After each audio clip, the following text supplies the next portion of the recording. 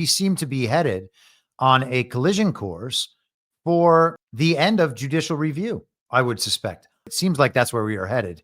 And I would suspect that Clarence Thomas would agree that judicial review is an overstepping of the court's constitutional authority and must be removed.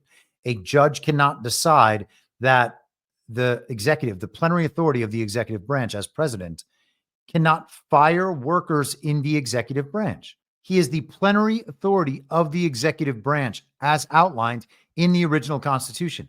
Any actions Donald Trump takes in that direction will always end up with this result at the end in the Supreme Court. And if it doesn't, then it's the people's mandate that matters after that point because the court has no enforcement mechanism.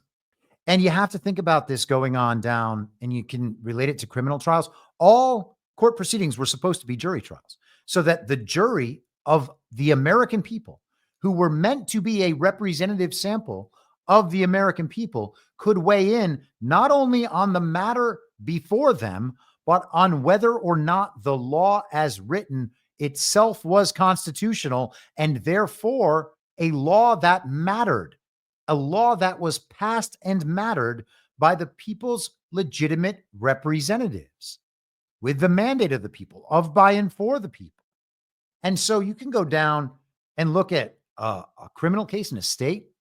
The judge can deem someone as guilty, but then there still has to be an enforcement mechanism for imprisoning that person.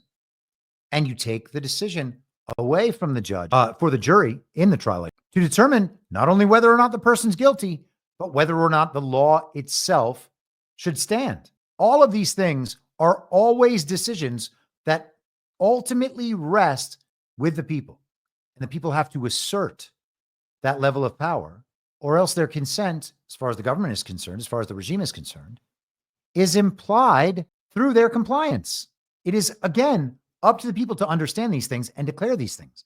And that requires a shift in the way we perceive ourselves in relation to our government. We're not subjects of that government. The government is our agent. They are meant to act on behalf of the people, according to the will of the people, with a structure that can provide an enduring system. If that's just given away to whoever claims they've won an election and the people go along with it and the people obey those rules and laws because they're worried about getting audited or worried about being thrown in jail, well, then you've made yourself a subject, okay? Not only did the founders say it, but it's explicit in the Constitution what the government's allowed to do. If the government does more things than it is allowed to do, then it's violating the Constitution. It can't do those things. We must nullify them immediately through our noncompliance.